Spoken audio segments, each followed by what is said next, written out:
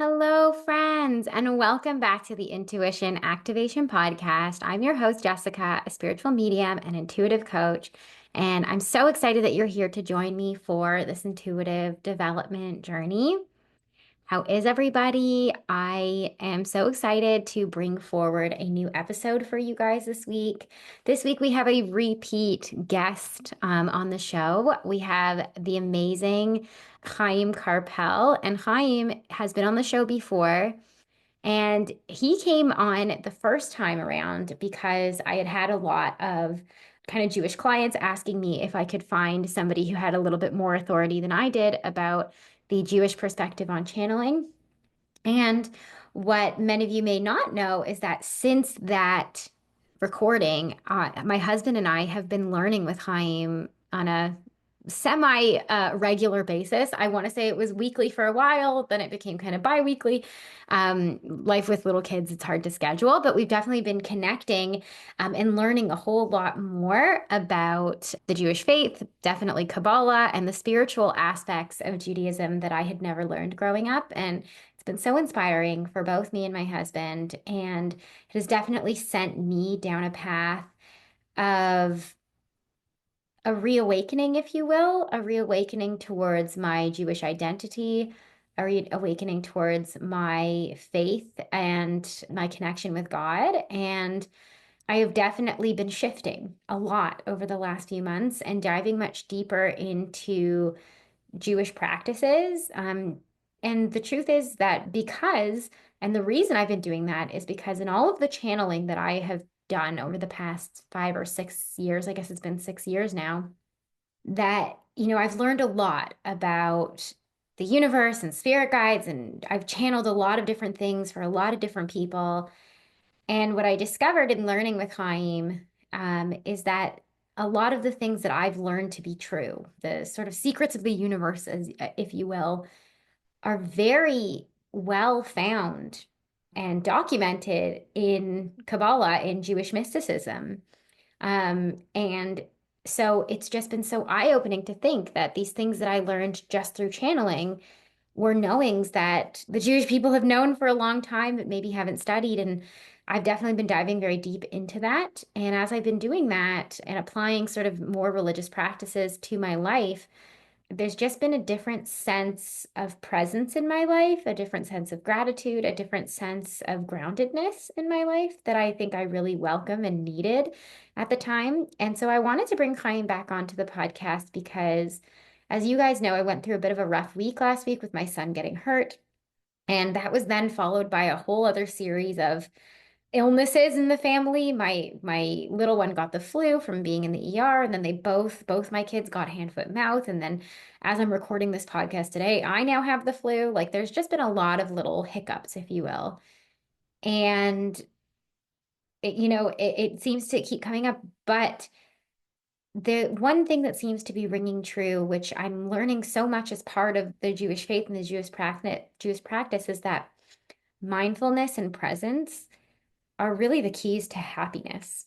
It's that it's not about manifesting your dreams and desires, which of course you can do. And it's so beautiful that what I love to do and why I love to channel for people is that one of the keys to happiness is definitely being aligned. It's definitely finding your true path and your true purpose and following that very narrow bridge of the role that only you can play in this life. And none of that seems to matter if you can't enjoy the present moment and the path along the way. And I'm learning very deeply this lesson of it's a balance, it's a dance between complete and utter gratitude and living in this place of the infinite now, and also working towards your true path and your purpose. And you have to incorporate both. And that's really what I've been learning. And so I needed to have Chaim on because he is someone who has really cultivated this beautiful mindfulness practice and meditations that can bring forward this idea of complete and utter presence in your life and can be so grounding. And so he's here today to kind of share with us, what does it really mean to have mindfulness, to have presence, and how do we go ahead and do that? And he is going to be showing up. He's agreed to do a workshop in the intuition activation community. I have not picked the date yet. It will be in July. We're going to date to be announced. I would definitely announce it on next week's episode. But if you like what you're hearing, Chaim has these really, really amazing meditations that I have been using and my husband have been using. And they really do allow you to transcend in just a different way. And I'm so excited that he's agreed to come and join us in the intuition activation community to do those meditations with us live and workshop it for us. And so if you're not already in the community, the month of July is the month to be here. He's going to be doing a workshop with us, and you're going to get a chance to experience real, like a live example of everything that we're talking about on this episode.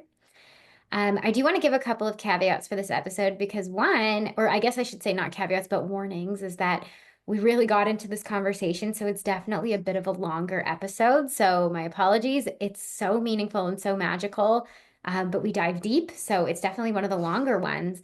And I do want to say hang on, because if there's terminology that we're using, Hebrew words that we're using that feel confusing, we do go back and explain what those Hebrew words mean, and we try our best to make it understandable and give sort of English definitions for the words that he's using.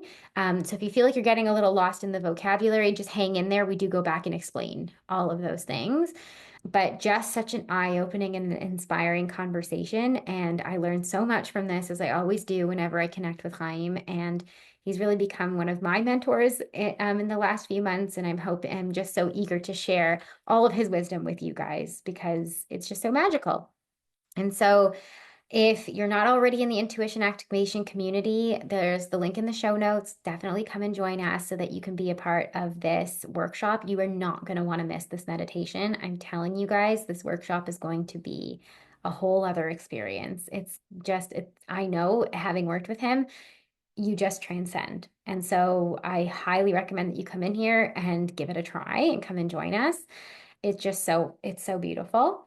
And yeah, that being said, I'm so excited to introduce Chaim to you once again, or reintroduce him, and for you to listen to this really powerful episode. So I'll catch you guys on the other side. When when I met you the first time and like saw kind of where you both were on the journey, like I was like, all right, like they're just doing their thing and they're on their path and they're figuring things out. But like as you've gotten more advanced in your gifts, that your spiritual gifts, some of the questions that you were asking me and some of the questions, like conversations I was having with Shira, or with other people, like it's like I think it's very challenging. What I was about to say before we started recording, like, I think it's very challenging to be so spiritually inclined and come from a religious framework that provides a lot of spirituality that it's never discussed and it's never talked about. We talked about on our first podcast, like the spiritual side of Judaism, and for a lot of reasons that we talked about on the first podcast, the survival instincts, the idea to keep structure and all those things, so therefore we teach Judaism through the lens of Torah and mitzvahs, which are important and have a lot of value to them, but they don't necessarily breed that relationship. But you were starting to the point of like, okay, I have this relationship and I know I'm Jewish, but like, what do these two mean to each other? So Yeah. it's interesting, It's just like this all kind of come together. yeah. And I think I've actually that's kind of why I wanted to have you on the show, because I actually have been struggling with it now. Like struggling and questioning, who am I connecting to? What am I connecting to? And there's been I actually had to go back and listen to the episode that we did, because I was like, what am I connecting to? Like, is it Hashem? Is it God? Or like, what is this thing that I'm channeling? And I needed that reassurance that, like, not that it's not okay. I don't think that for any reason that it's not okay, but I think that the more that I've dived into the Judaism side of things and started studying more and learning, especially from like a Kabbalistic perspective, there's been there's some differing ideas that are there, right? And like one of the ideas is, and you said it so beautifully last time, it's like, am I really connecting to source? Because that feels like big, right? That feels scary. And like there's also, and that's why I always tell people, like when I say that I'm connecting to spirit guides, like I always see spirit guides as almost like the piece of source that's directly assigned to you. But now that the more I kind of dive into the Judaism side of things, I'm wondering if I'm actually, what I'm really connecting to is just the most divine version of you, like of the person who's in front of me. And with the understanding that that piece of themselves is connected to source anyway, right? And so maybe I'm just channeling your highest self, right? The most aligned version of you and bringing through your potential, your light. And the more that I sort of dive into the world of Kabbalah, and where kind of the whole point of it is we're on, and even the studying that you and I have done together, where the whole point of Judaism essentially is to look for the light within you. And maybe I'm just seeing the brighter version of yourself, right? And so that's where I've really been questioning of like, I almost feel like I need a rebrand, Chaim. Like, Buddy, I almost feel like maybe just because I'm better at providing labels, I feel like I'm able to describe what it is you do from a Jewish framework, I think better than you can.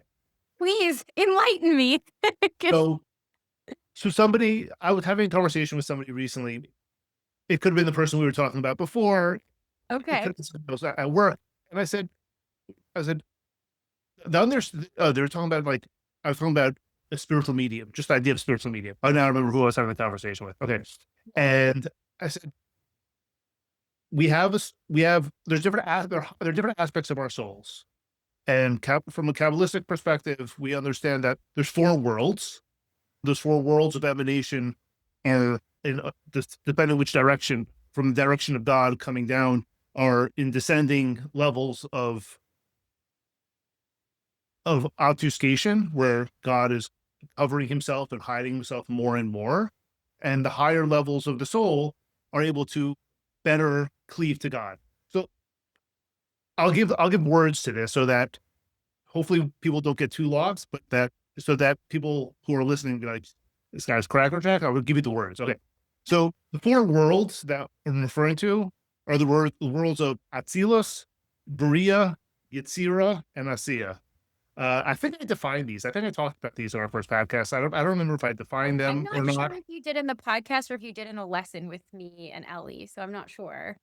I can't, Okay. I have to go back. Atzilus is basically proximity. Bria would be creation, Yetzira would be formation, and Asiya would be action. Okay. Okay, so those would be the four world, and in descending order. And then we have our soul. So we'll go back now. We'll go in ascending order. We have what resides inside our physical body in the world of Asiya. We have our nefesh. Then we have the ruach, which is the world of Yetzira. Okay. And then we have a neshama, which is in the world of Bria. And then there's higher aspects of the soul, which are chaya and yefida, which we don't really talk about so much because, like, but yefida means unification, means that the highest aspect of the soul is almost indifferentiated from the creator himself. We don't talk about those because, like, we don't really, the world of Atzilus, and like, we could see it, but we can't see it. We could access it, but we can't access it. But the world of Atzilus, which is the closest proximity which we can even comprehend, we can even perceive, feeling that world is what's known in terminology as dvekus, connection. It's a sense of complete bittul, which means nullification. And you're feeling, then when you're in that space, you recognize the true reality of the world, which is called Ein Od Milvado. There is nothing but him. Everything in the creation is an outgrowth, is an aspect of the creator himself. Mm. There is, and this will lead to, as we get further to this conversation, what I'm trying to do when I use mindfulness in my meditation is bring myself to a recognition of I am an aspect of all that is. And I believe through my own senses that there's this reality, but we'll get there later. But for the purposes of what we were originally saying, so I digressed. So these higher aspects of the soul that you're able to see them and have communication with them, and building your intuition is hearing your higher self talk to you. That's how I always understood what it is you're doing. So where is all of that coming from? Your higher self knows knows more clearly what it came into this world to do. The reason our higher selves and our mission gets forgotten is intentional. When they say there's a, I don't know if it's a medrash, I don't know, but they say that when you're in your mother's womb, and a baby's in its mother's womb, it learns kol Torah kula, learns the entirety of the Torah, and then the angel touches them on their lip, and they forget everything, and then they come into the world with a blank slate, and they need to now remember who they are through this process of life. Right. And remembering who you are is remembering what your soul came down into this world to try to do and accomplish, and life circumstances and our ups and our downs and all these things are lessons and opportunities to learn to become that best version of ourselves. I love that. So, okay, I just want to rewind for a second and summarize if I can. Yeah, I gave a lot of information there. Yeah, no, because I think that the only place where I think maybe we might get little lost is that you're saying that there are the 4 worlds that you can kind of go like in descending order, but then there are also the other thing you were talking about was different levels of the soul, and they can be associated with those 4 worlds is sort of what you were saying. Yeah. So yes, exactly. So if I wasn't clear, Yeah. the 3 aspects of the soul which are most commonly talked about and we connect into Yeah. are nefesh, our ruach, and neshama. Okay. And in the 3 worlds that they correspond to would be Asiya, Yetzira, and Bria. Okay. So those aspects of the soul correspond to different worlds. So we can connect to those different worlds through that version of our soul or that piece of our soul, I guess. Correct. Okay. All right. And similarly, these souls, because they're in an ethereal realm, those ethereal realms have other souls. Those ethereal realms have angels. There's different ethereal realms have different types of angels. And so that's kind of what I believe that you're able to communicate is all the communication that is going on in those ethereal realms, because your soul, my higher self, and your higher self are able to communicate with one another and outside of this conversation. Right. And the messaging that my higher self wants me to know that for whatever reason, I'm not tuned to the right dial and I can't hear it as clearly, your antenna allows you to hear. Mm-hmm. Yeah. Okay. Beautiful. And so then, okay, well now you lost me again because then these other ethereal beings, like the different types of angels who reside in those realms, are they pieces of you or are they outside of yourself that I'm connecting to? Because I do feel like I can connect to angels. I definitely feel the difference in talking to them versus talking to what feels like a higher version of your soul. So would you say that there's a higher version of your soul that is an ethereal being? Or would you say there's a higher version of your soul that resides in the same place as those beings? The latter. It's my higher aspects of my soul that are outside of Olam Asiya in the worlds of Yetzira and Bria is where there are other ethereal beings that my soul is able to communicate with, and whether those are other souls from previous lives I've interacted with or different types of angels that may want to, help me along my path, they're able to influence and talk to my higher soul, my higher self. And I think we definitely talked about this in our first thing. Like, even when we pray, like we're praying to God. Don't get me wrong. Yeah. We're only praying to God, but our prayers get carried up to God from angels that reside around us. Yeah. Yeah. Right? We try to build a direct connection, but we're not always capable, and we're not always tuned in. Like there's a piece of Torah that I was learning recently in Tanya, which talks about doing a mitzvah lishma, doing a mitzvah with like the right intentions, and what happens to that, or doing a mitzvah that you do a lishma, not lishma, you don't have the right intentions, you just go through the actions. What happens to those mitzvahs? How far up could they go?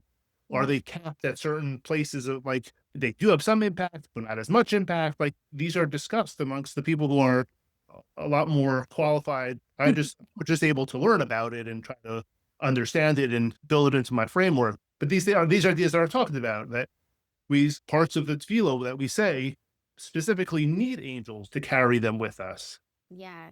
Okay. Well, I'm actually so glad that you brought up the Tanya, because I was going to bring it up myself. I also just started diving into that.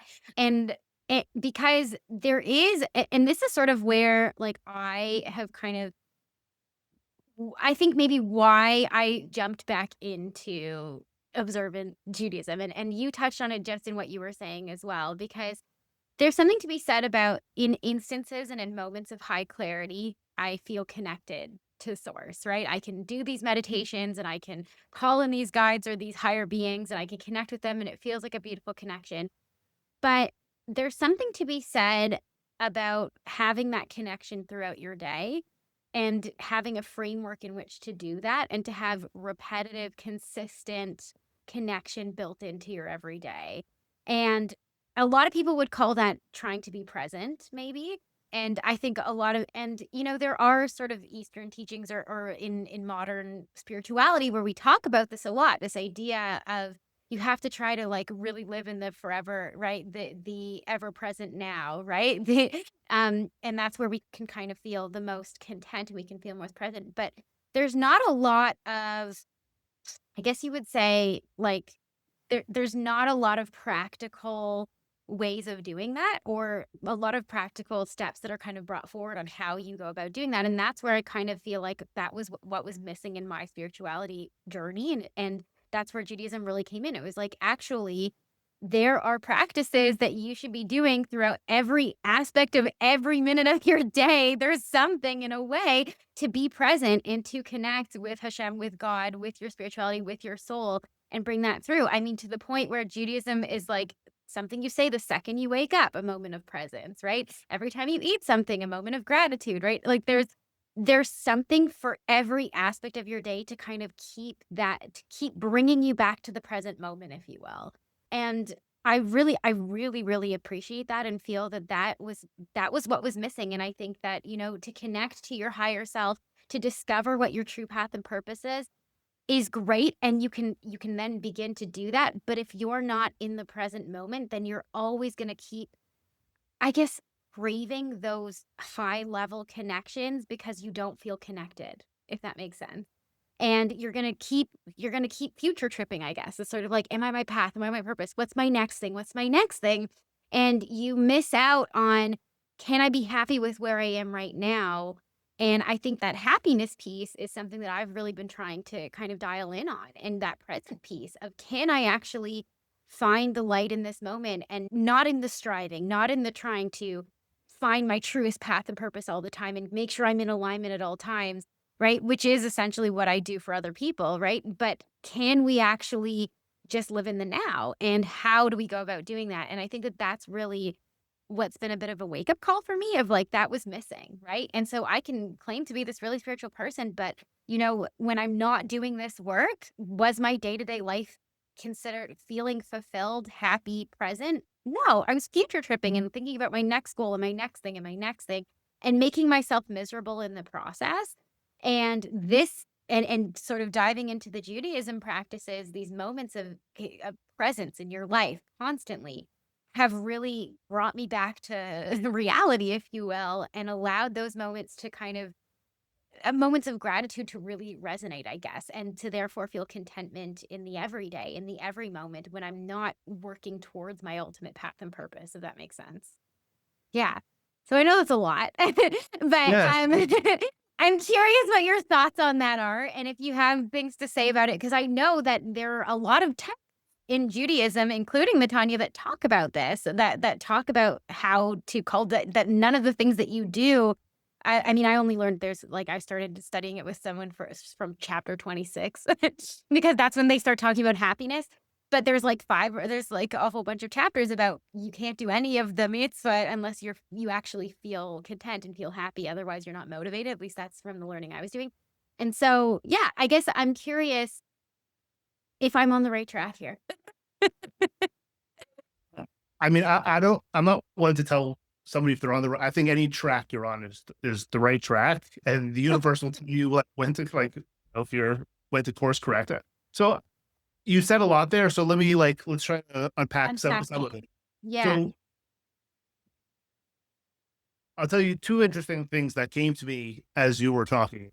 The first is I'm sure we've talked so many times over the last few months. I forget, what I've said to you and Ellie in conversation versus like what I've said to you in the past podcast. So Yeah. I That's okay. excuse me if I'm repeating myself, but one of the things that it's a piece of Torah that I've heard so many, like I've heard it. And when the first time I heard it, just like, it was like landed. I'll quote it for the person who told it to me, my friend Avi Poslins. He's a fascinating guy. He's a Hasidic fellow, lives in Muncie. But either way, the word mitzvah does not mean commandment. The word mitzvah, so there are a few words in the Hebrew language, which when you break them apart, means it's a relationship. So the word mitzvah is a relationship because you have the mitzvah, commander, you have the mitzvah, which is the person being commanded. And I'm using the word commandment, and even though it's the wrong word, just because colloquially everyone knows what mitzvah, commandments. But so you have the mitzvah, and the tzivoy. The three of them together is a relationship. And when you do the tzivoy, you are building the relationship between the mitzvah and the mitzvah, between the commander and the person being commanded. What would the translation for tzivoy be? Sorry for those listening. There's a Opportunity to connect. got it. Okay. Fair An enough. opportunity to connect. So another Hebrew word, just to play out this, is that you have a loan. A loan in Hebrew is a halva. You have a malveh, the lender. You have a loveh, which is the borrower, and the halva is the thing being lent. It's a Wow. word. It's a word in Hebrew that means it's a relationship. The word mitzvah means that it is a relationship. It is a relationship between us and God. And when we partake of those opportunities to connect, we are strengthening the relationship. There's a phrase, mitzvah goreres mitzvah, avera goreres avera. Most people translate it as when you do a mitzvah, you have the opportunity to do more mitzvahs. Or if you're doing an avera, a new avera will become present for you. And that's how they teach it, like when you're younger. And I was like, years ago, I was like, that's not what it means. It means that when you are connected, mitzvah goreres mitzvah, when you are connected, you will want to remain connected. It will be easier for you to stay connected. When you are disconnected, it is easy to stay disconnected. You will wallow in your own disconnection. You'll feel disconnected. You'll be like, oh, well, I'm disconnected. So what does God care? I don't care. God doesn't care about me anyway, whatever. But when you're connected, you feel you want to stay connected and you keep building on that connection. So to your point, that is what mitzvahs are. Like any self-help person will tell you, like, yeah, you have to have a morning routine, right? Set your alarm clock. If you're going to go jogging in the morning, have your shoes by your bed. Like that is what these commandments, is what these mitzvahs are here to do. It is to build into a framework where whatever it is we're going or doing, we're eating, we're constantly just bringing ourselves back to the recognition that we are doing it before the creator of the universe. We're doing it and not before him, like as an extension of him. Every moment of our day, we are acting through in this world as an extension of the creator in the universe. And we just need to be reminded of that over and over and over again. And that is what the mitzvahs are supposed to be doing, is that constant reminder that in everything we're doing it as a physical representation of God in this world. I love that. And what's so interesting though is that in some ways, I think I look at yours and my journey as somewhat opposite, in the sense that you came into it from the place of like doing all the mitzvah, right? And then needing to kind of have a sideways journey into the world of kind of modern spirituality to then bring that back into your practice. And then I kind of went the other way. And so I'm curious if you can then share with us, why is it that you felt that you needed to kind of then start doing meditation, right? Which is not technically taught in Judaism. And like, how are you bringing that into your practice?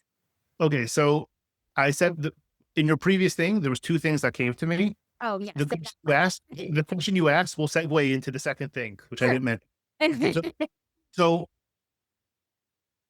I'll talk about why I got into spirituality and meditation in just a second. But I was sitting and listening to meditation one day. So I practice mindfulness meditation. I think I started in like 2016, just took it on as a daily practice. I'll tell you why and how in a second. But I was listening at the time to many different podcasts, including Sam Harris. And Sam Harris released his own app called Waking Up. And I'm probably one of the first subscribers, so much so that at some point in the journey, he offered all of his early subscribers, instead of paying a monthly fee, to become a lifetime member. I became a lifetime member. Until today, I could pull up on my phone. I could tell you exactly how many sessions I've done on this phone and how many minutes I've done utilizing my Sam Harris meditation app. 584 hours and 53 minutes of practice on Sam Harris's meditation app. That's impressive. Which for some people is funny, because Sam Harris is a devout atheist, or so he claims to be. But either way, in meditation one day, like, I've had lots of aha moments, but one of my aha moments is when he said, the purpose, like, he's like, basically, these are my words, not his. Like, the purpose of meditation is not to get good at meditation. The purpose of meditation is to be more present in life. So when you get up from the cushion, when you get up from your 10 or 20 minute session, like, you've done this practice, but don't just leave it on the cushion. Like, you've built up this musculature to be more present. Build presence into your everyday life. When you go from task to task, before you pick up the phone, before whatever it is you're doing. And I'm like, oh, that's what mitzvahs are supposed to be. This is why before we eat food, we're supposed to make a blessing. Not because God needs us to bless the food. We don't need to bless the food. We don't need to bless God. It's so that we stop and pause and reflect on how wondrous the universe is, that God created this delicious apple, and it grows from a tree, and it comes and some guy takes it off that tree and puts it in a box and puts it on a truck, and they put it in the grocery store. And all along this process, or let's assume somebody brings it to the farmer's market, and Right. and we go to the farmer's market, and we pick apple from the guy who maintains the orchards, and we have this delicious apple, and we show gratitude to the person who grew it, and to the land, and to the water, and to the creator who made that all happen. That's the meditation of Borei Puri Heights, right? Where blessed is the fruit from the tree, is all of that. And like, no, that's what the purpose is. The purpose is not to just check the box. It's not just to go through the routines and the actions. And it's when I had one of those aha moments where I started integrating a lot more. So to backtrack to your question, the reason I went down more of a spiritual path in life was, I guess, kind of out of necessity to some degree. I was raised, as you mentioned, observant. And I think part of the challenge that I had with observance was, you go through life and you're basically, both socially and sociologically and religiously, it's really just about like conforming to a certain set of external, like, reality, which is, if you check these boxes and you go to the right schools and you marry at a young age, or you fulfill, then your life is going to work out and everything's going to be okay. And for me, that wasn't so much the case. I struggled in my late 20s and in my early 30s with finances and finding a career path. And, I had 2 children and an undergraduate degree and an MBA and rabbinic ordination and all these pieces of paper that says I'm qualified to live life. And I was externally, I was living life. I had, a wife and kids and responsibilities, but like I felt very disconnected from any sense of meaning and purpose. And I got connected to people with spiritual inclinations. So, one was a spiritual healer, taught classes, was actually my neighbor at the time, and come to my house for Shabbat meals, and would share with my wife and I insights into our lives and insights into the Torah that were completely new to me. And after being exposed to him for some time, I really felt like I needed tools. I'd probably met him, I definitely met him in like 2010, and, had my ups and downs in my relationship with him, and met other people along the way. I started listening to podcasts and reading books on Eastern philosophy and on Stoic philosophy, and just exposing myself to. And then I'm like, I just need to start doing something. Everything is intellectual. I'm doing all this stuff. Like, I'm reading all these books and I'm listening to all these people and I'm meeting all these people. But like, what am I doing I need to practice. And my brother-in-law has been meditating for years, and he was always like, "You gotta start meditating, you gotta start meditating, you gotta start meditating." And it was like in one ear out the other, because like if you know my brother-in-law, that's just like he probably told 10,000 people that they should start meditating. He could probably count on one or two hands how many people have actually done it. I'm one of the people who've actually done it. So one day I was like, you know what? I'm going to start meditating. And I pretty much do it every day since. It's like just part of what I do and part of my routine and part of how I maintain, whatever I maintain in this world. Like the same way I go to the gym, I meditate. And it's just, and like I said, I learned meditation pretty much through Sam Harris's mindfulness meditation app. And then some point along the way, like a lot of these aha moments, stuff from the stuff I learned in Judaism started, oh, that's what that means. And all these spiritual ideas like started like flooding into my head as to what this all meant and what it means to be present and what it means that God is creating the world and bridging all these ideas together. And that's kind of how the evolution of what how I meditate today is kind of, it's built off of these, like, go from this mindfulness practice, which is like one layer of the onion, which is just to get present in this very moment, just to recognize that this very moment is being created in this moment. One of the names of God we use most frequently is, there's a 4-letter name of God. We don't pronounce it. It's in Hebrew, it's Yud, Hey, Vav, and Hey. There are other religions that pronounce it. We pronounce it like as I can't even pronounce it, but Yeah, it's fine. We use other names. Yeah, we use other names to find a way around it. That's why you'll often hear an Orthodox Jew calling God Hashem, which literally means the name, because we the choose name. to say the name. So the in the 5 books of Moses, Moshe has given lots of different names to refer to God. We refer to him as Kel Rafum. He's the merciful God. We refer to him as Elokeinu, which is the king of the world. This particular name, which is the Yud Hey Vav and Hey, it stands for Haya Hove B'Yihya. He was, is, and always will be. Essentially means that past, present, and future are all collapsing, like you said beautifully before. There's the ever-present now, and the ever-present now is all that really is. God is creating. That name of God means he's creating this very present moment. And the way to get into this very present moment is through mindfulness, by slowing down your breathing, by recognizing that, as Sam Harris put it, everything is consciousness and its contents. Everything you're experiencing, emotions, thoughts that are arising. Mindfulness is not about clearing your mind and thinking about nothing. Mindfulness is just paying attention on purpose to everything that's going on around you.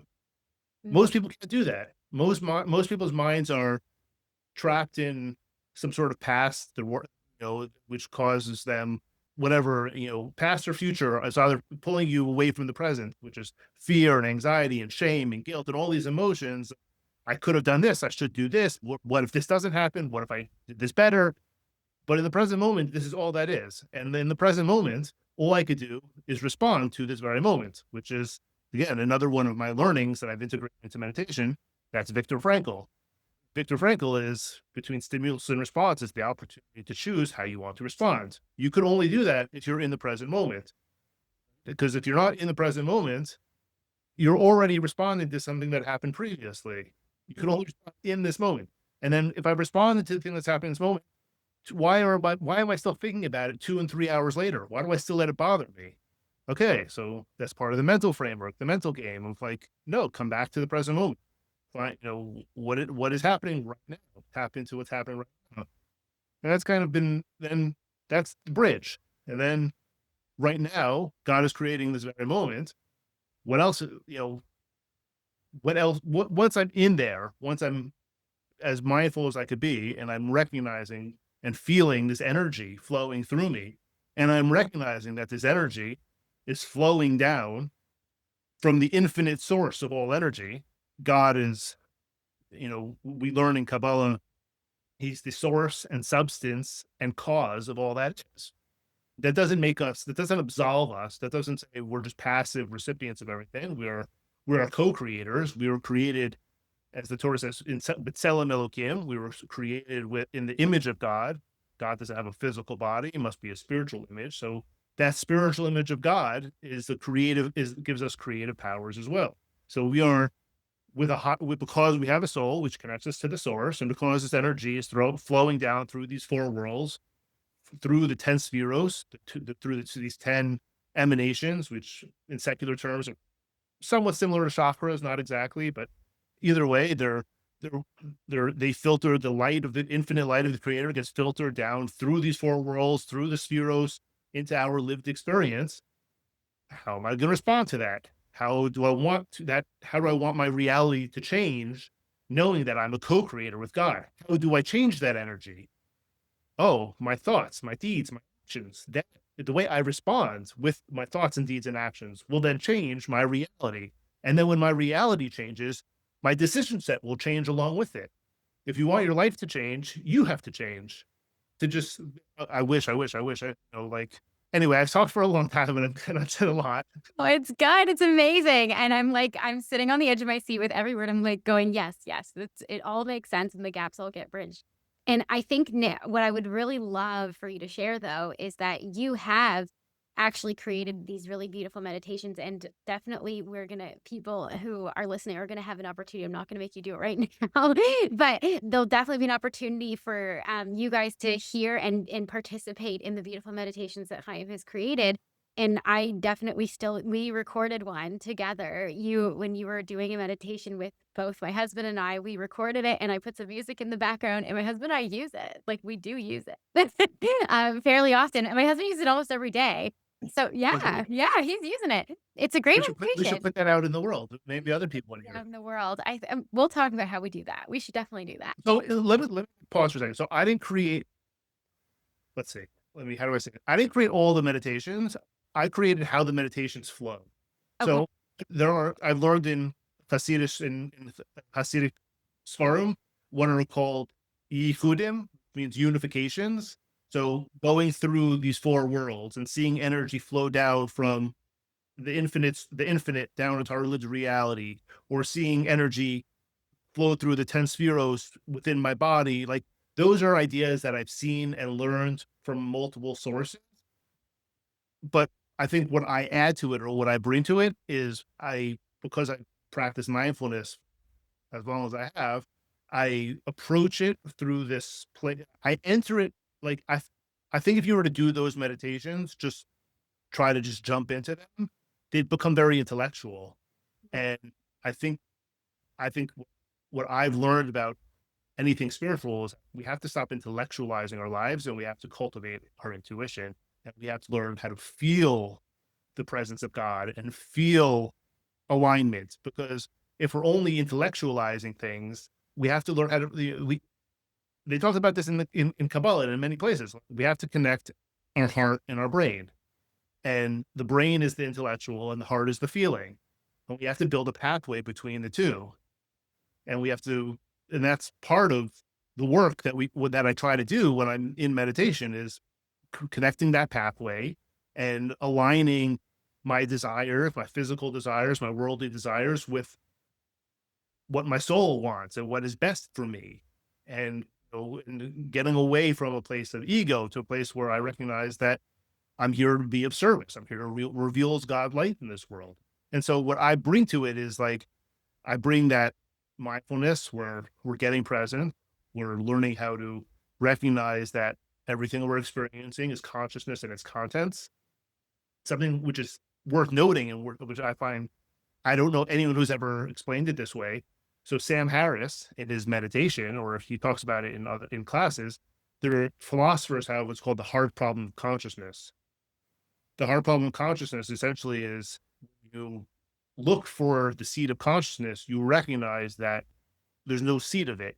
You are an aspect of this consciousness that you're experiencing. There's no I, which is separate from this consciousness.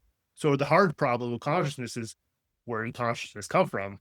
And if you're an atheist or agnostic or whatever it is, like, you need to have, that's where there needs to be a leap of faith. There needs to be a recognition that there's a first mover, that there's a creator, there's a source of energy that is greater that caused this consciousness that we're experiencing to be felt and seen. And because when you sit, you notice what's popping in your mind and you realize, I'm not choosing what to think of. I'm not choosing what sensation in my body to feel next. These are just arising. Where are they arising from? Why are they arising? Where are they arising from? Is that first mover. And that bridge, again, is part of what I do in my meditation. It's going from the place of there's consciousness and its contents, but this consciousness and its contents is really the creator creating in this moment.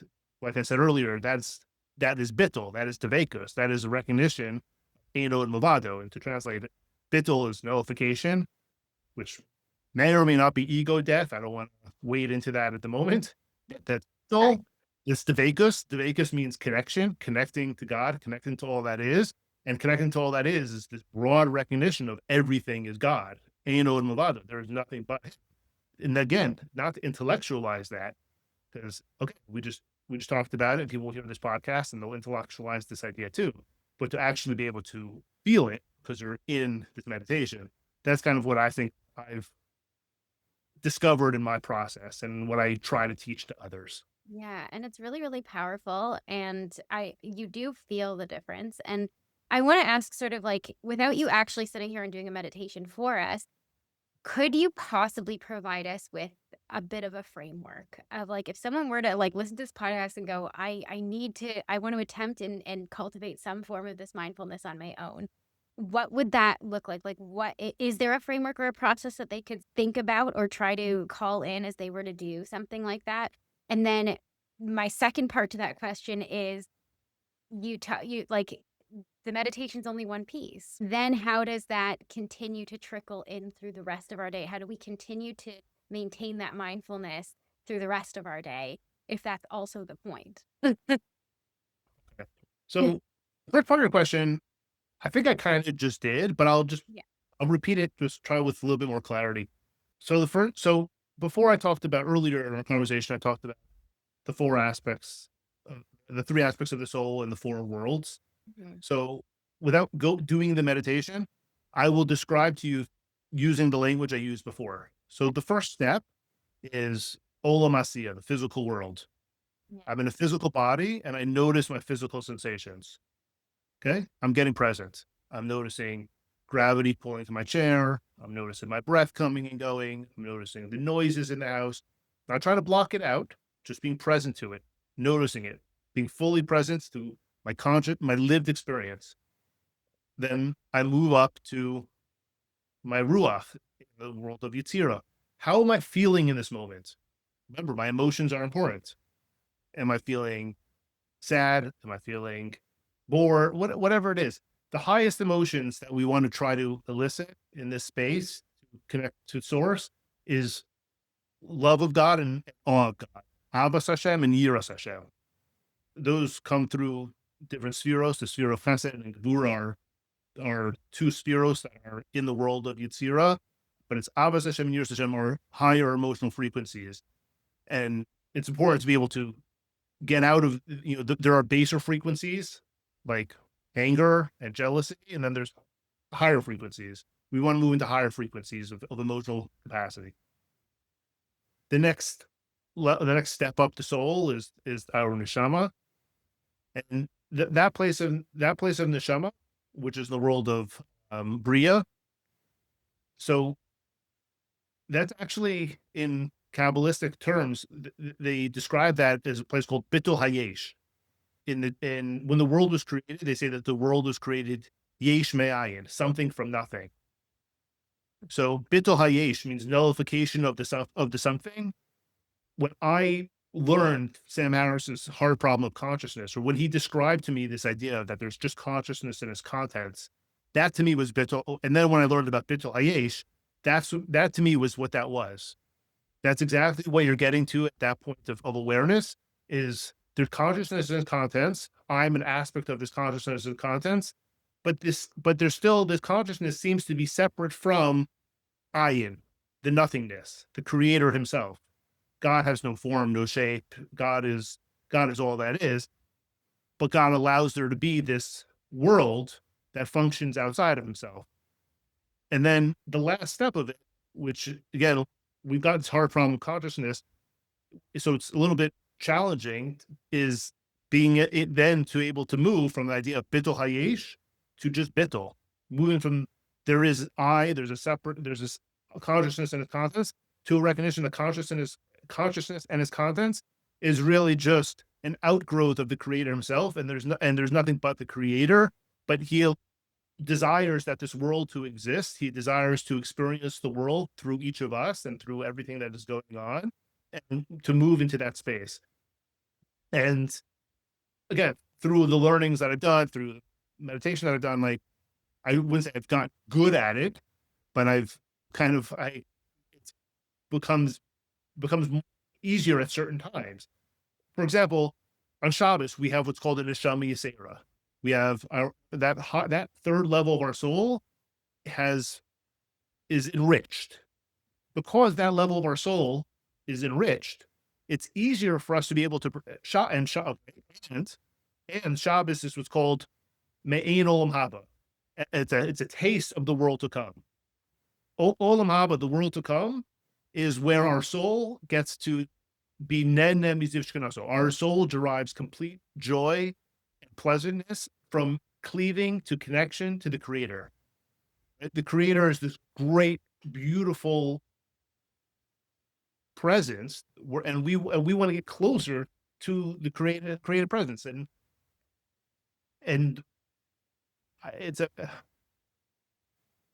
and Shabbos, and so the soul comes into this world to be able to do things to rectify and get better, so that it can go back into the afterlife, into this olam haba, and be closer to the source. So Shabbos is me'ein olam haba. Shabbos is God allows himself to be.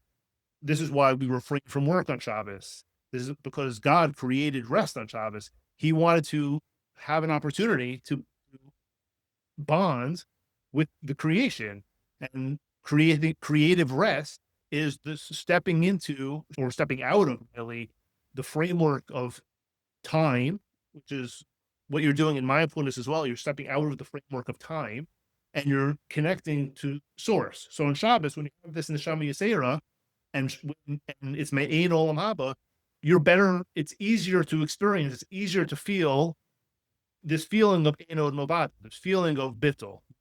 Clear. So during the weekday, it may be more difficult because we've got our cell phone and we've got to get to work and we've got to do carpool. So I try, and because I've felt it before, I know what it feels like, and so I try to get back there as frequently as I can in my seated meditation. And then to answer the second part of the question, we can't always live on those highs, right? So how do I bring it into my day-to-day life? I don't always get to that place, but I recognize that place is my idealized place, right? If the future of Ein Olam Haba is the future where we all feel this reality, and Shabbos is this anchor in our day-to-day lives, our day-to-day routine. Shabbos is this anchor, which is the week revolves around Shabbos. Today is Monday, right? So Tuesday night is the furthest we are removed from last Shabbos, and Wednesday morning is the furthest removed from next Shabbos. When we in our tefillas and our prayers, every morning we count. Today is the Hayom Yom Sheni LaShabbos. Today is the second day of Shabbos. We're counting towards Shabbos. We're counting away from the previous Shabbos. So because we're always thinking about Shabbos and talking about Shabbos, we recognize that the framework for which we're living is this reality of feeling what this reality could be like all the time. So it's hard to do because we are physical bodies and physical beings with physical demands. But there are a lot of the practices that we have, a lot of the mitzvahs that we have, a lot of the other things that we do are there to remind us and to bring us back to that reminder that is what our soul's true nature is and what our true purpose is supposed to be. It's not always easy. That is part of what the mitzvahs are there to help us do. That is in a nutshell. Yeah, in a nutshell, right? Yeah. Yeah. No, and it's so beautiful. And just for those listening who got lost on some of the vocabulary there, when he says Shabbos, that's like a more Yiddish way of saying Shabbat or Sabbath. So he's talking about Saturday. So Jews will observe Sabbath on Saturday, Friday night, Saturday. I probably didn't translate it to Mein Olam Haba is a taste of the world to come, or a piece of like it's Olam Haba is the world to come. It's the place where our souls will go when we leave the physical body. And Shabbos, because we're able to exit this, it's a unique time where we still live in a physical body, but we don't have the same physical demands. We don't do malacha. We don't do certain types of work on Shabbos because for that very reason, which I think we talked about when we read that part of the Ari Read Kaplan a book. book, an Arya Yeah. Yeah, not on the So podcast. We did. Shabbos, so the Shabbos is that ability to access a little bit of what it'll be like when we're no longer bound by time. Yeah. Our physical bodies are no longer bound by time and space. Shabbos, we're still bound by space, but we're not bound by time. That's Yeah. what else did I not define? And they No, I think you got it. Maybe the word bittul, you glossed over that one a little. Bittul is I so I don't want to describe it as an ego death, but it's nullification of self. It's in order for you to be in recognition that God is all that is, and not just recognize it intellectually, but to Yeah. feel it, you have to some degree or another, recognize that you before the creator, you're really nothing, right? You are just God is experiencing the world through you, but who are you? You're a soul, and your soul is an aspect of the creator. Your physical self and that which you're experiencing in this physical time and place is temporal. It's going to come and it's going to go. But our soul is infinite because our soul is a part of the infinite creator. And it's not, again, we're putting words, and the words are limiting, but because they're part of the intellect. Yeah. But part of part of what I try to do in the meditation again is feel that when you feel that I'm nothing, not because I'm a loser, not because you're actually, there's an interesting idea that bishvili nibra olam, like I'm so something that the world was created for me. The world was created for me, but at the same time, I'm dust of the earth. There was a Tana, there was a Talmudic sage, and he used to keep two pieces of paper, one in each pocket. One in one pocket it said bishvili nibra olam, for me the world was created, and the other piece of paper, the other pocket says, I am but dust of the earth. It's both of those recognitions. So on the one hand, I have a profound mission. I'm here to bring God's light into this world and co-create along with him by, uplifting the physical and bringing down the spiritual and coalescing those two into a beautiful reality. That's what my job is as a human being, both flesh and blood. But at the same time, I need to recognize that, but for the fact that I have this soul inside of me, I would just be a sack of bones. I'd be an animal, or I'd just be an animal with animalistic tendencies, and I wouldn't have the ability to co-create because it's really God who's creating through me. Yeah. No, that's beautiful. So that bittul in a bigger definition. Yes. No, I love that. And thank you for defining that. So I guess I want to ask this then, because not everybody who's listening to this podcast is necessarily a Jew, or called to be an observant one, in any case. And so, but there are so many things that can be taken from these ideas and brought into anybody's daily practice.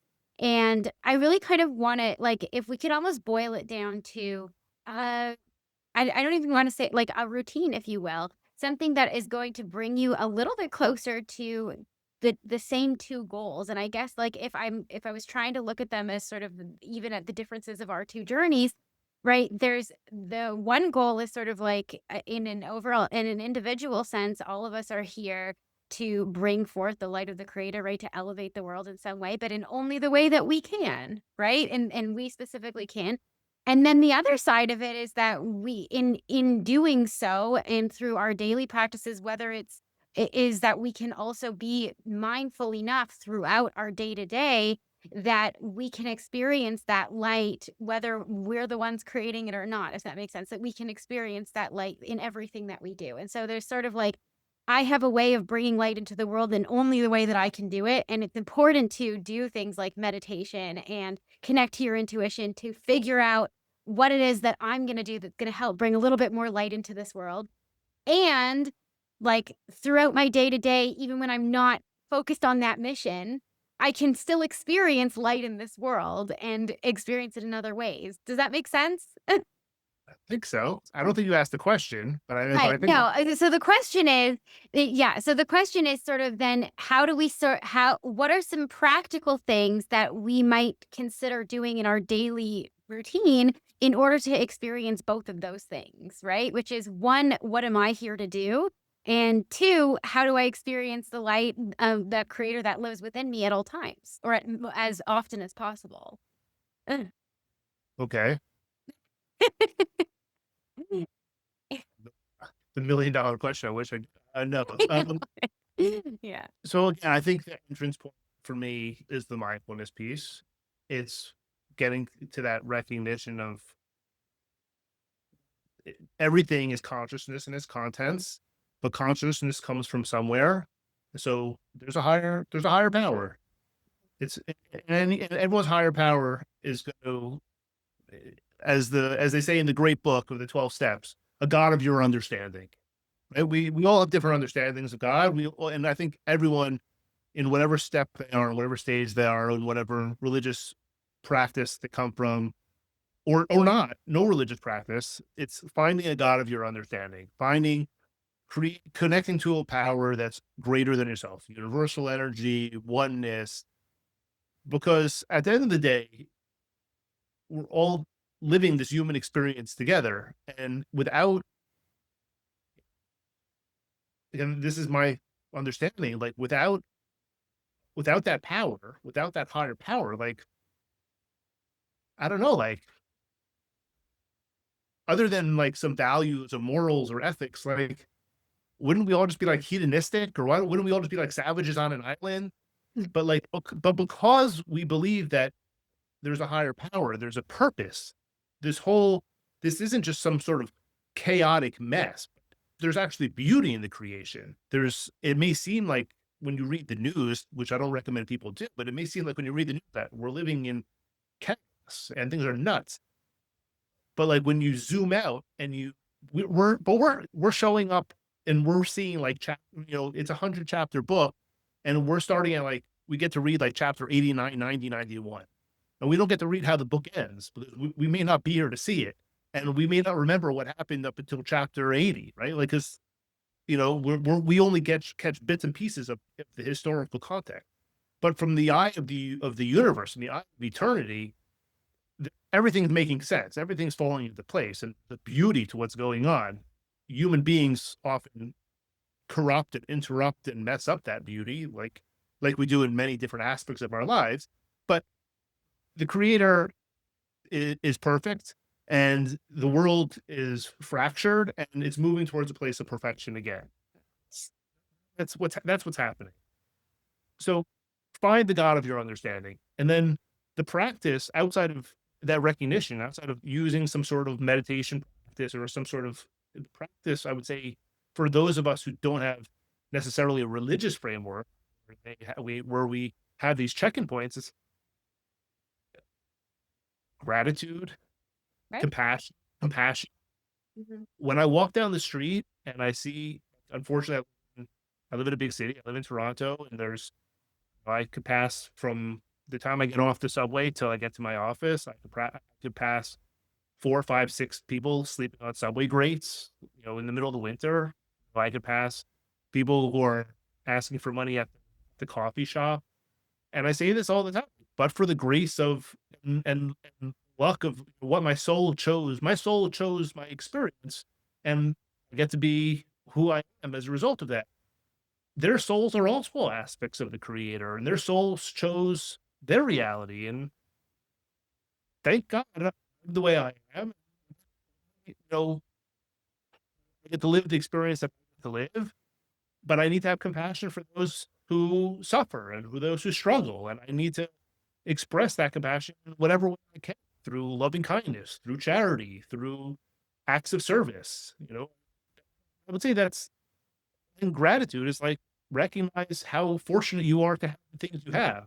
Well, just talking to a friend of mine the other day, and he's going through some troubles, and he asked me what's going on in my life, and I was telling him about the troubles I was going through, and he's like, which are not direct troubles, but they're troubles. Like, I have family who's currently, living in Israel, and I have a son who was supposed to come home last week, and unfortunately, because of what's going on, they can't fly out of the country.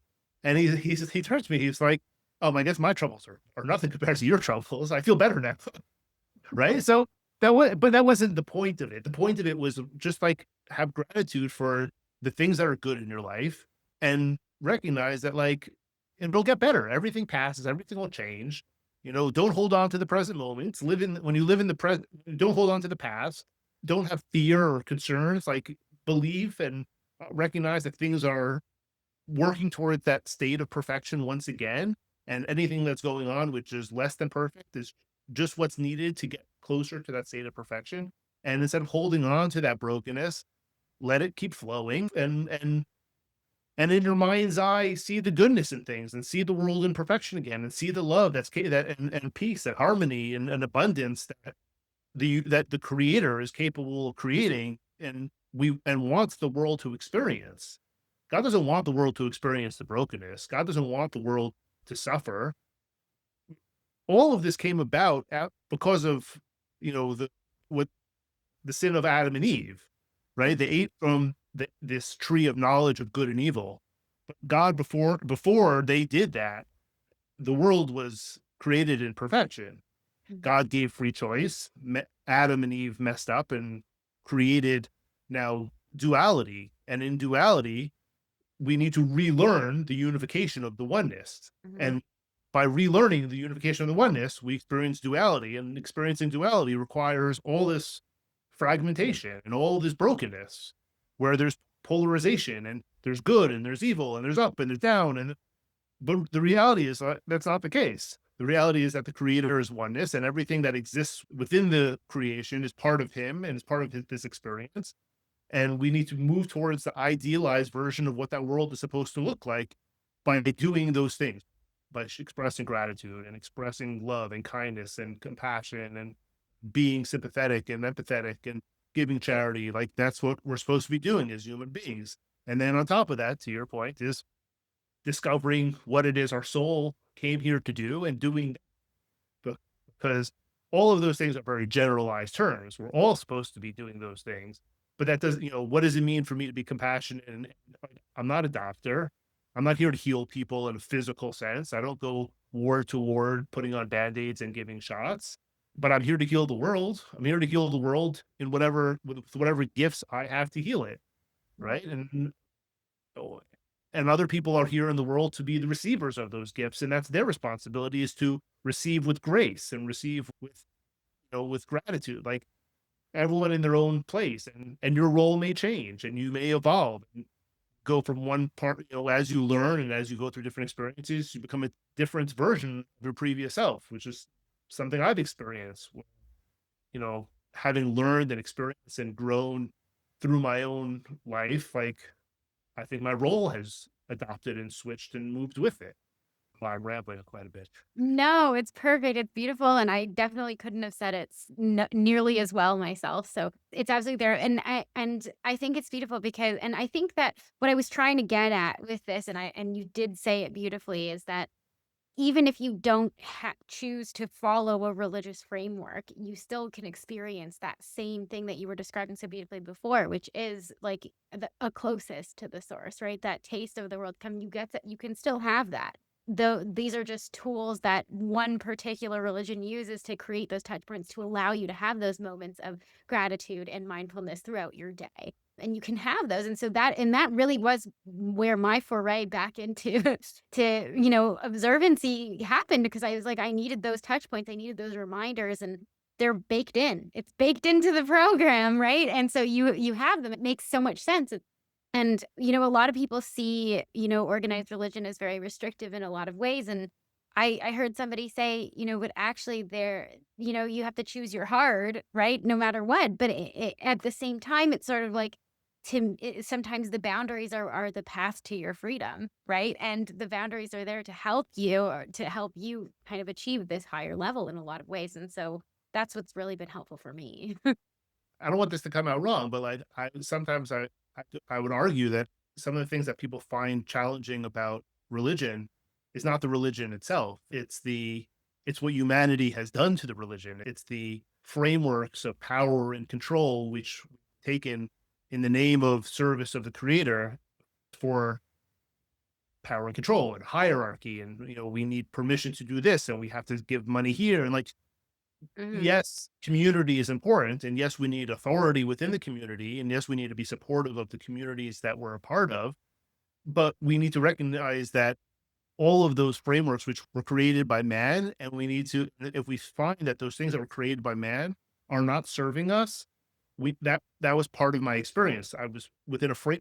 Living within a framework where all this it was all created by a society and by men, and I was like, I need to connect to God. I need to connect to the oneness, and then I rediscovered the beauty of my religion outside of that framework, and I re-engaged with the framework. I have a rabbi in my community, and I go to a synagogue, and I pay it its necessary dues, but only to the extent that it's helping me grow and become a better version of myself. If I feel that it's holding me back, and then I need to find a new rabbi, and I need to find a new community, or I need to find the part of the religion that is helping me get closer to God, not further from God.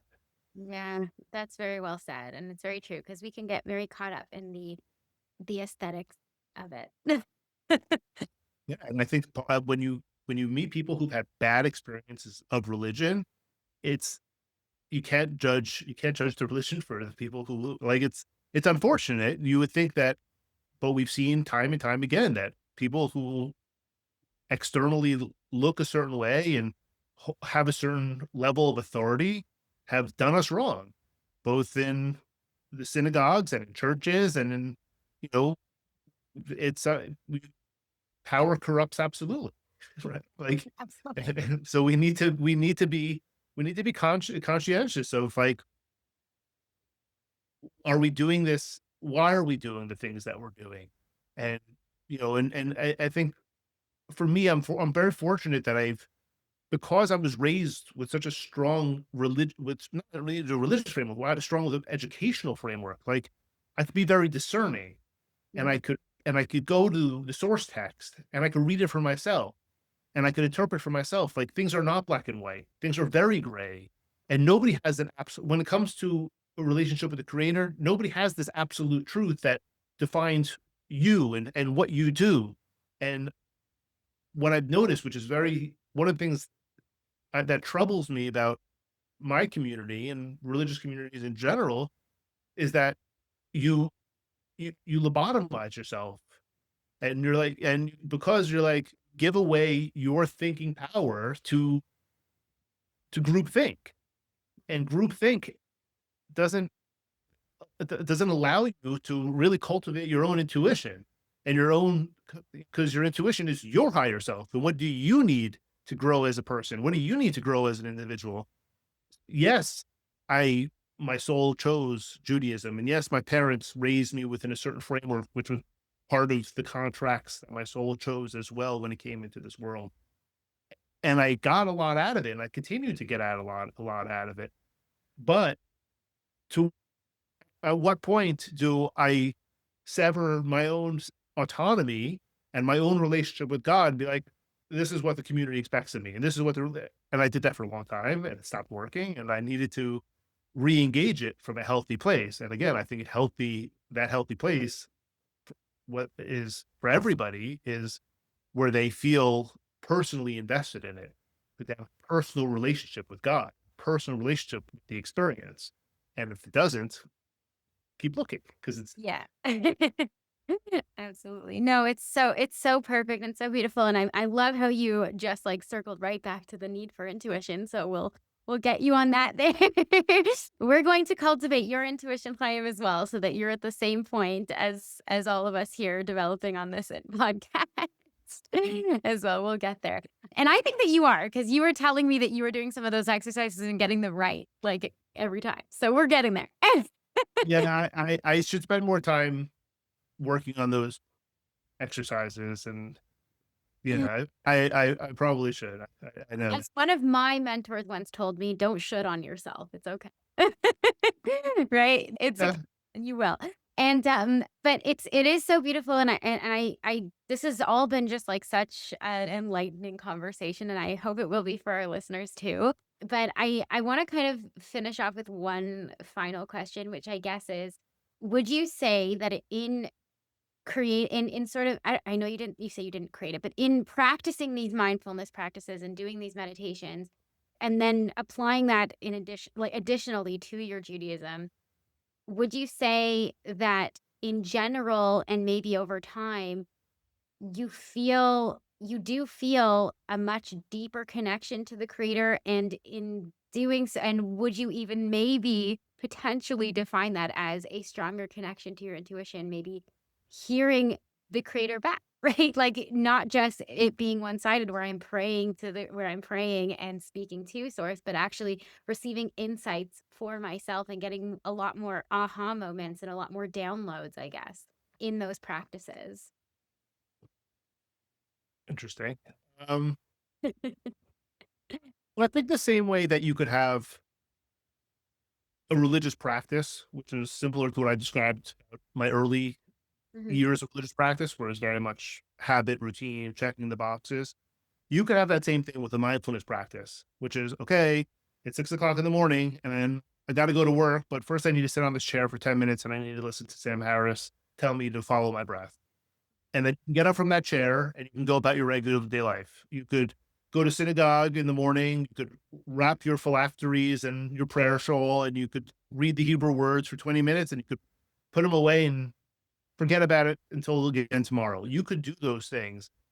For me, they both have informed one another, into the extent that when I now think about my religious practice and my mindfulness practice, they're both there to inform me of my soul's relationship with creator, and not just be these external practices that I've burdened myself with, or that society has burdened me with, that I need to check the box. I need to sit on the chair and meditate. I need to go to synagogue.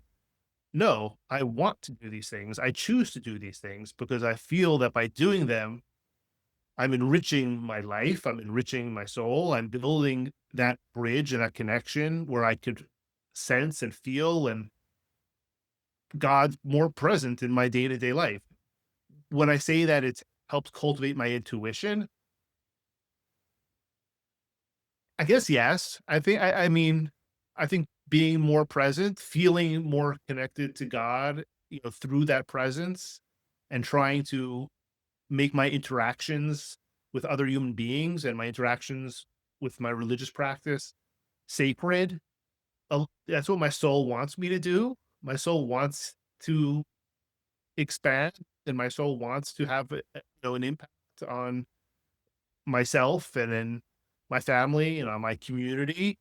And so I don't think I would have gotten there without both of those things informing one another. I don't have the level of intuition that you have. I don't hear, I barely hear my own spirit guides, my own higher self. I certainly don't hear other people's. That's not to say that somewhere down the road that will change. But for me, it's about, I think the thing that the thing that I got, and I'm not saying this from a place of, I'm saying this from a place of just like a realization about my own journey, being very vulnerable in your podcast, is that was bridging the gap between the two. I guess that's where my intuition has started to be cultivated and come alive. Is I could have continued doing the religious practice and just kept going through life. I could have started doing a meditation practice and kept going through life. But in my brain, that there was a bridge that got connected. And when that bridge got connected, I started having downloads of ideas of that I've later learned. I learned things in my own downloads that I later uncovered in Kabbalah and Hasidus. Wow. They didn't come to me. I didn't learn Kabbalah and Hasidus and be like, oh, I could build this into meditation. I was like, no, I had these realizations of like, oh, that's what that means. That's why we do this certain commandment. That's what those Hebrew words that we say all the time. That's what that actually means. Shabbos is Me'ein Olam Haba, which is something I talked about earlier in the podcast. Yeah. That's what that 4-letter name of God, Yud Kei Vav Kei, he is, was, and always will be. He's present in this very moment. Oh, that's what that means. And I started building all these bridges between what seemed like really two foreign worlds of mindfulness, Doshan, Eastern Zen Buddhist philosophies, Stoic philosophies, and self-help, and built this framework of life, which is grounded in all of these what I think are fundamental truths about what our soul is and what its purpose is, and how it's connected to God, and then uncovered all those things in texts down the road afterwards. Yeah. So I think that's where my intuition got.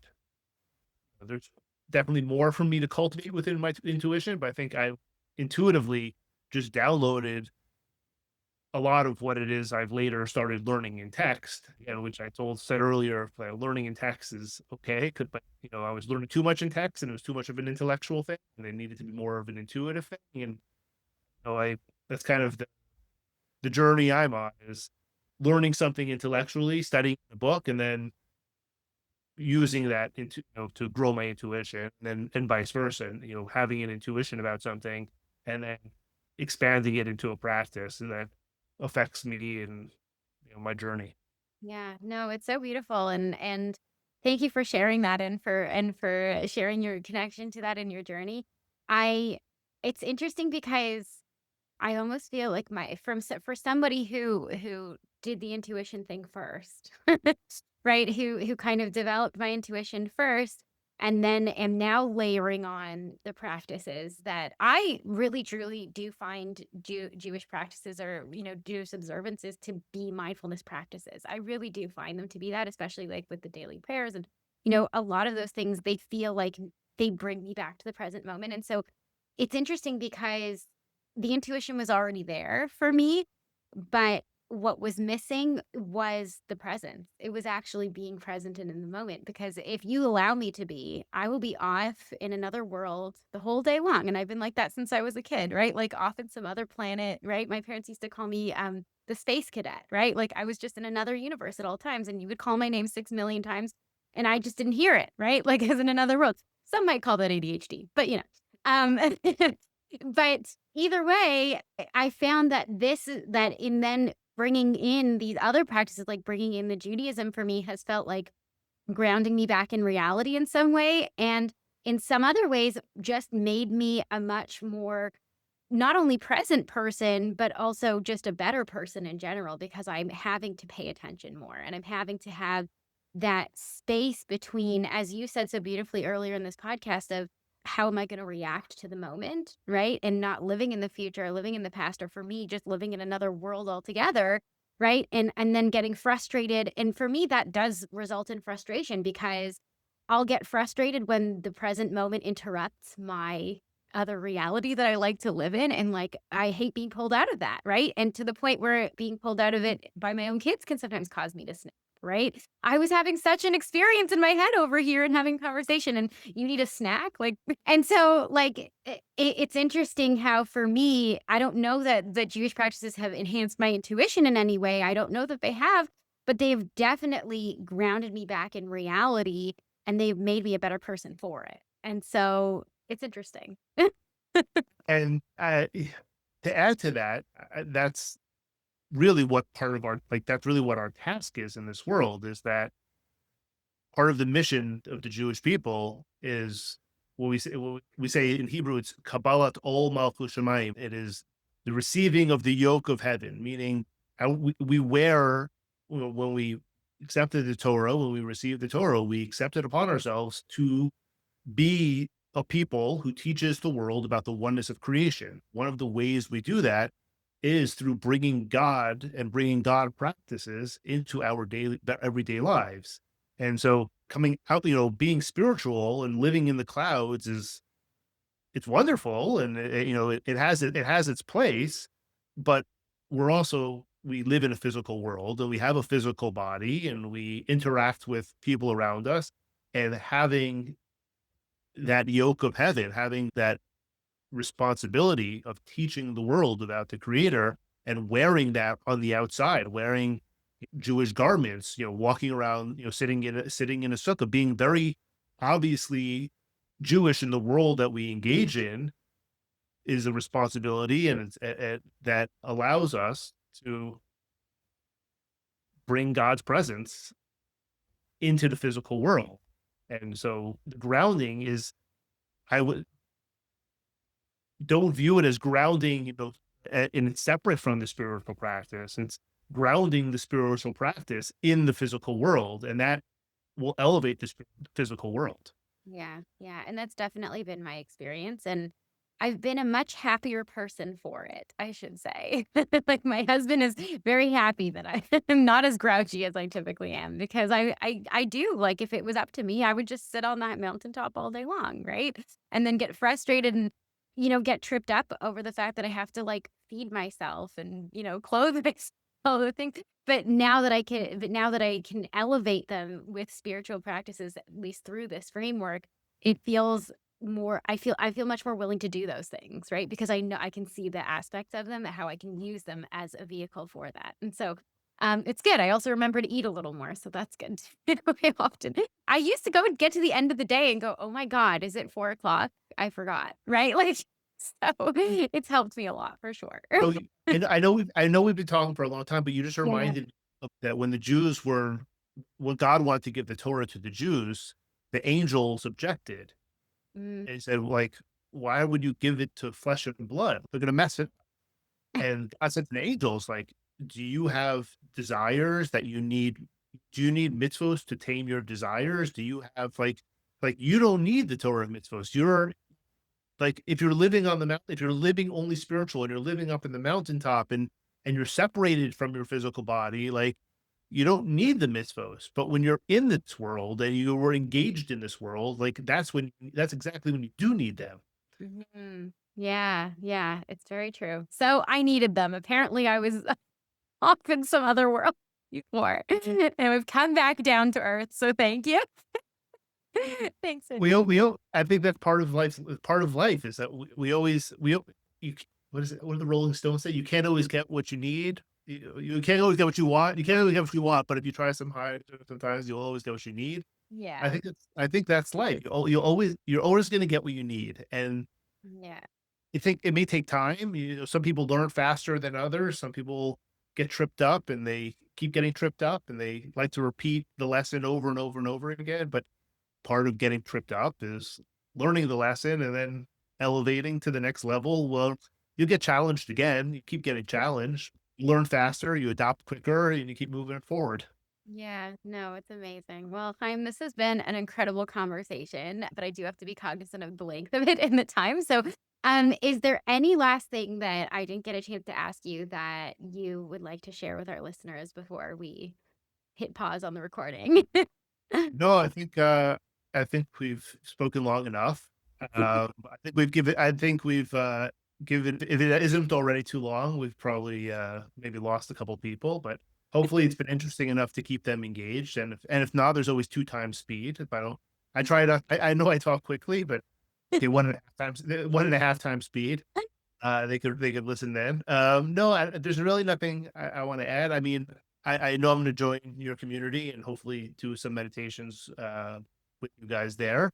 Yeah. Um, I'm starting to do this more and more. I've started to come out of my shell, so to speak, and I'm starting to do some teaching, some meditation teaching, some spiritual mentorship, if you will.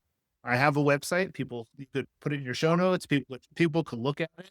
People could contact me if they're if they're interested in anything I've said today, I'm happy to What is engage the people. website? Just say it out loud as well, so people It's can. my name, Chaim Karpel, Okay. ChaimKarpel. Awesome. Yay. I didn't know that you already had a website. That's awesome. Okay. Now people can find you.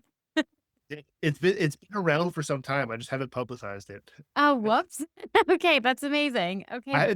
Also I'm gonna start populating it. Like I know we did that meditation. I did another meditation that they need to get edited. They need to get like made nice. Like they're kind of raw. So and I'm not so great on the technical side, but Okay. got everything in its right time. Yeah, exactly. Well, thank you so much for being here. I really appreciate this conversation. And yeah, it's just been amazing. I appreciate you as well. Thank you.